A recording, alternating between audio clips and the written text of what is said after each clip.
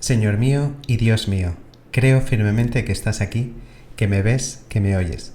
Te adoro con profunda reverencia, te pido perdón de mis pecados y gracia para hacer con fruto este rato de oración. Madre mía Inmaculada, San José, mi Padre y Señor, Ángel de mi guarda, interceded por mí. Con cuántas maravillas nos enriquece la Iglesia en las lecturas de cada día, pero hoy a mí me parece especial. Hay un contraste espectacular entre los dos textos de la primera lectura y el Evangelio.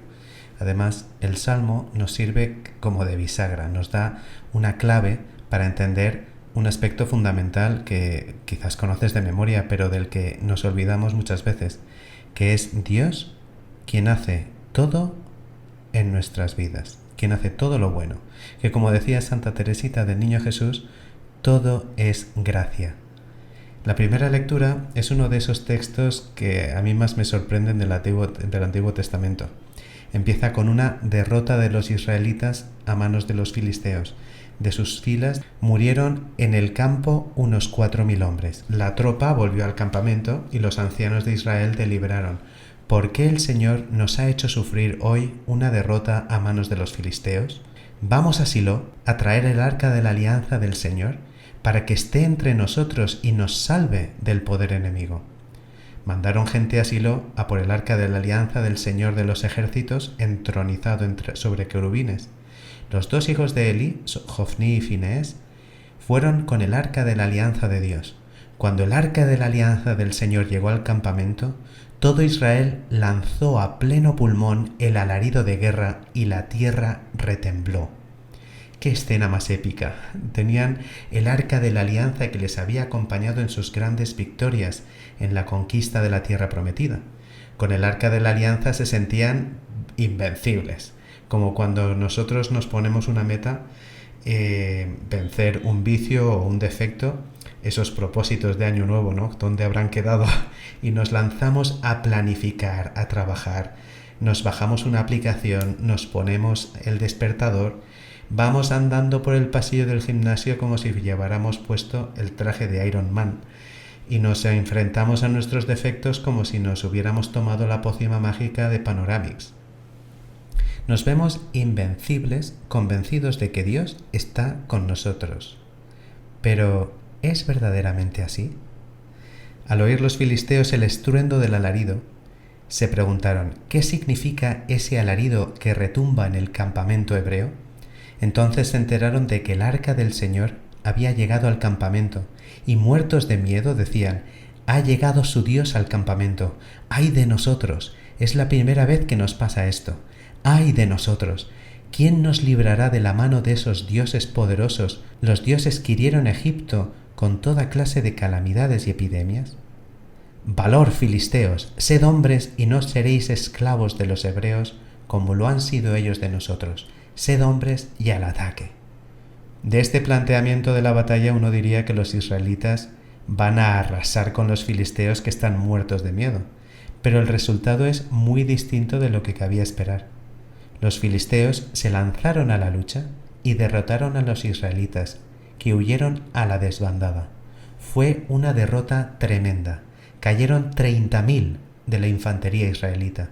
El arca de Dios fue capturada y los dos hijos de Eli, Jofní y Fineés, murieron. Las palabras del Salmo parecen describir a la perfección el sentimiento de los israelitas. Dice: ahora nos rechazas y nos avergüenzas y ya no sales, Señor, con nuestras tropas. Nos haces retroceder ante el enemigo y nuestro adversario nos saquea. Nos haces el escarnio de nuestros vecinos, irrisión y burla de los que nos rodean. Nos has hecho el refrán de los gentiles, nos hacen muecas las naciones. Despierta, Señor. ¿Por qué duermes? Levántate, no nos rechaces más. ¿Por qué nos escondes tu rostro y olvidas nuestra desgracia y opresión? ¿Qué pasa aquí?, podríamos preguntarnos. ¿Qué me quieres decir, Señor, con esta derrota de los israelitas, y cómo me veo yo así tantas veces en mis propias derrotas? Entre lo mucho que podemos aprender, podemos ver aquí que los israelitas buscaron la victoria sin buscar a Dios, sin darle prioridad ni dejarle que tomara la iniciativa.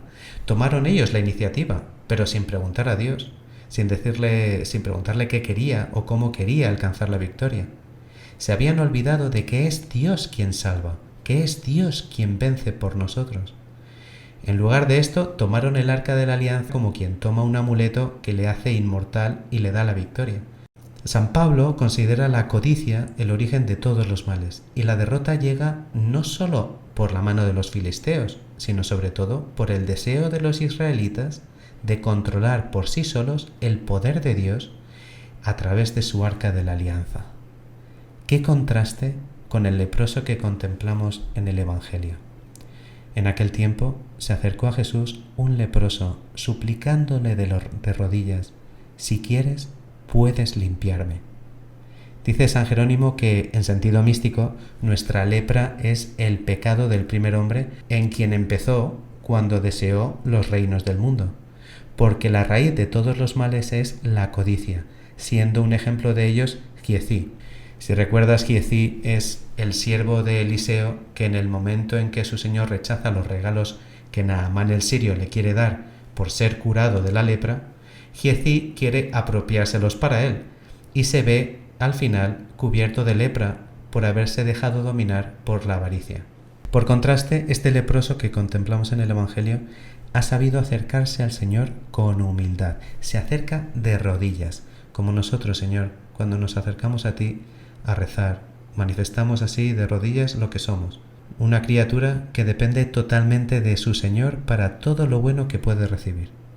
El leproso reconoce a Jesús como su Señor, ya que dice: «Si quieres, puedes limpiarme». No si intercedes por mí o si rezas a Dios. No, tiene fe en que Jesús es verdaderamente el Mesías, el Hijo de Dios vivo y que tiene poder sobre esa enfermedad suya mortal. Jesús, sintiendo lástima, sigue el Evangelio, extendió la mano y lo tocó, diciendo: «Quiero, queda limpio». La lepra se le quitó inmediatamente y quedó limpio. Señor, yo quisiera que me curaras de toda avaricia de ser yo el que controle mi vida, especialmente cuando me crea capaz de conseguir la victoria con mis propias fuerzas, de librarme de la lepra del pecado por mis propios medios. A veces puede ocurrir que luchamos mucho por librarnos del enemigo del pecado, por corregir un defecto de nuestro carácter, o lo que sea, pero caemos de bruces porque quizás no es eso lo que nos pide el Señor, o quizás no de esa manera. Si lográramos la victoria por nuestros propios medios, podríamos caer en un pecado incluso más difícil de corregir, la soberbia de pensar que nos bastamos a nosotros mismos, de creernos nosotros con el poder de Dios.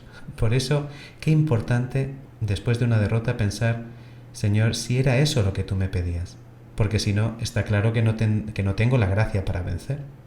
Que quizá lo primero que quiere Dios de mí es aceptar mis miserias, aceptarme con humildad y tener paciencia en la lucha. Luego, si es Dios quien hace todo lo bueno que hay en mi vida, si suya es la victoria, ¿qué me toca a mí hacer?